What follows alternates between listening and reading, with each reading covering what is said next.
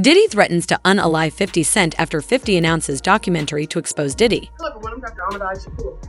50 Cent is set to do a documentary about Diddy and all of these allegations against him. Let's get into it. According to page 6, the 50, who's had a decades-long on and off feud with Diddy, is training his production house on doing this documentary on the embattled bad boy Logan. 50 Cent has announced that he will be executive producing the documentary on Diddy.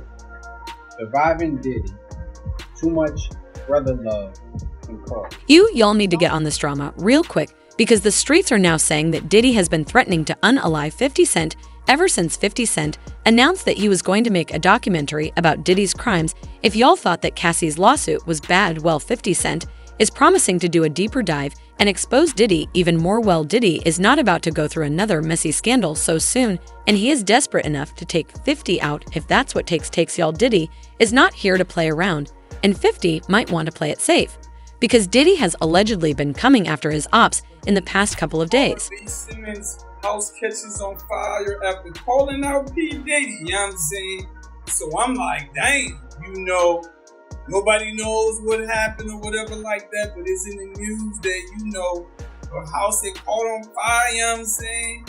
Nobody know, you know what I'm saying? But I believe she did speak on Diddy, Okay, so it looks like 50 Cent might want to watch his back for the next couple of weeks because word on the streets is that Diddy is now threatening to unalive 50 Cent after 50 revealed that he is making plans to create a documentary on Diddy's crimes, and he is going to be doing a very deep dive into Diddy's crimes, and he is going to be diving way deeper than the Cassie situation and exposing more things that we didn't know about. Now, if there is one person who has put his entire back into exposing Diddy over the years, it's to Cent. He is always quick to jump into the situation whenever Diddy is getting dragged, and he never lets up. If you're wondering why 50 seems to dislike Diddy so much, it probably has to do with him holding a very big grudge against Diddy. You see, back in the late 90s, when 50 Cent first got into the industry, he wanted to be signed by Diddy to Bad Boy Records, but Diddy turned him down. 50 felt like Diddy had no legitimate reason to turn him down because he had released a couple of songs that did very well,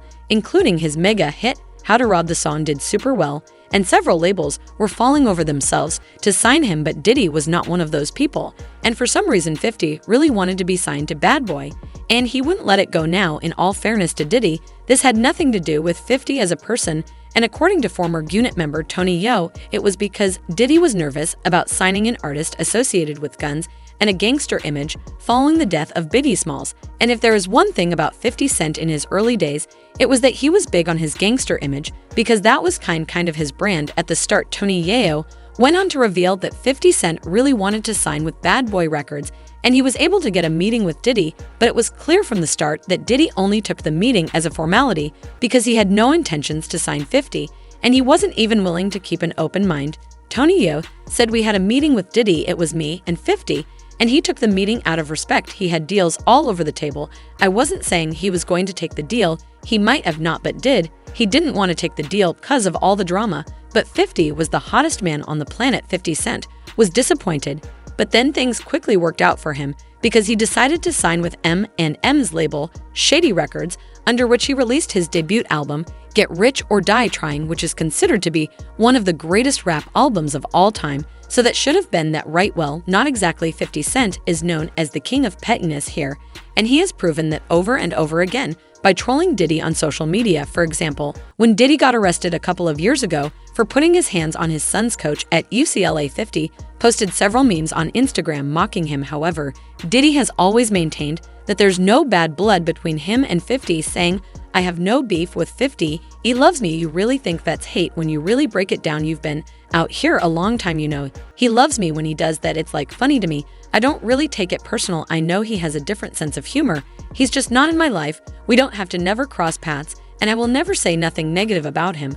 Cause that's just not me. Sometimes people that feel like they don't like you and they act like that they really love you, but one thing about 50-50, he can really keep a grudge, and he's known for being petty AF.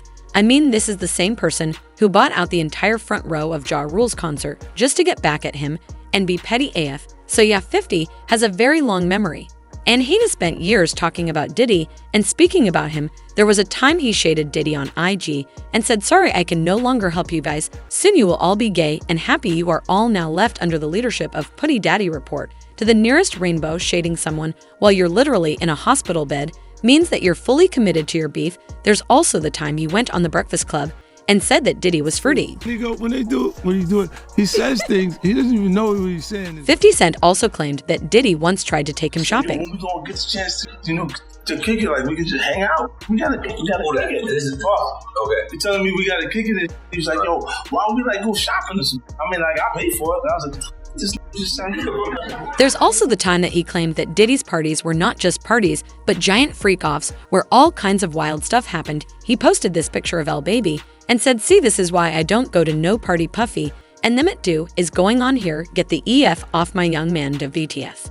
So yeah, 50 has been on Diddy's neck for the longest time, and when Cassie dropped the lawsuit, it was clear that 50 spent his time going through the lawsuit because he jumped right into to say brother, love brother, love you out here, looking crazy as a MF, and it's not a stretch to see why he would say that, because the things in the lawsuit were pretty bad.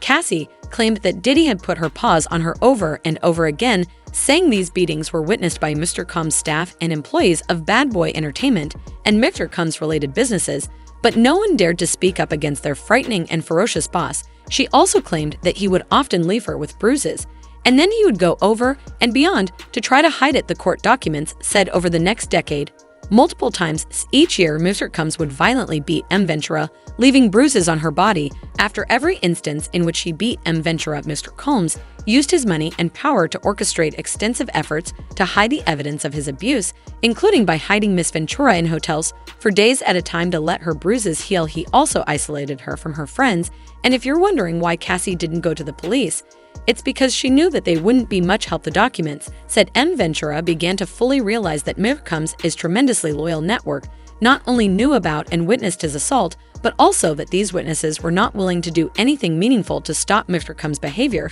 She recognized that she was powerless and that reporting Mr. Combs to the authorities would not alter Mr. Combs' status or influence, but would merely give Mr. Combs another excuse to hurt her. That's not all, because she also claimed that he tried to UNIF night for no reason at all. She said, for example, on one occasion when Mr. Combs and Miss Ventura were using drugs together in his home, one of his security staff barged in and announced that Sub Knight, a longtime rival of Mr. Combs, was spotted at Mel's Drive-In Diner in Los Angeles. Mr. Combs began to get dressed, retrieved multiple guns from a safe, and ran out of his home to where he believed Mr. Knight was dining. Not only that, but he also tried to take out Kid Say because Say had gotten involved with Cassie. The court documents said Mr. Combs told Miss Ventura that he was going to blow up Kid Q's car and that he wanted to ensure that Kid Q was home with his friends. When it happened around that time, Kid Say's car exploded in his driveway. So as you can expect, 50 Cent was all over this, and he continued to troll even after the lawsuit was settled, saying paid that money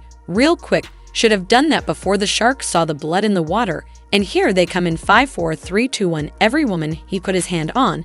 But then things got worse when an old video of 50 Cent went viral where he was talking about how there was a bad video of Cassie going around that showed her in a very compromising situation with another man.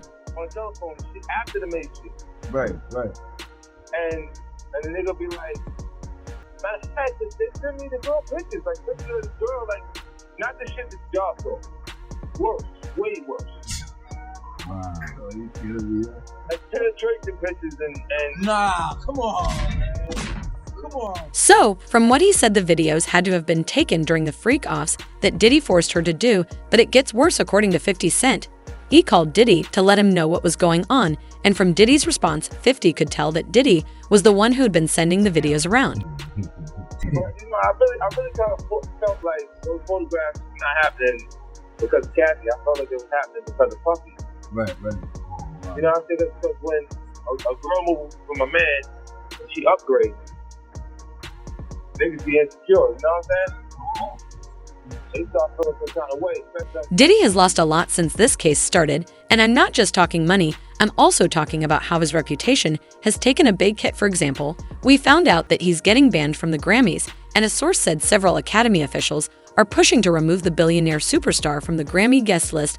The formal invitations go out this month. There's conflict at the Academy as several voting members do not think it would be appropriate to invite Diddy, some including several high-profile African-American members, fear that inviting him sends the wrong message to audiences, and the charities it supports. Several publicists have asked that their artists aren't seated by him. It's a logistical nightmare. Well, 50 Cent decided to take things a step up from trolling, and he announced a documentary on Diddy. He tweeted, "Diddy, do it, coming soon, GG Green Light Gang."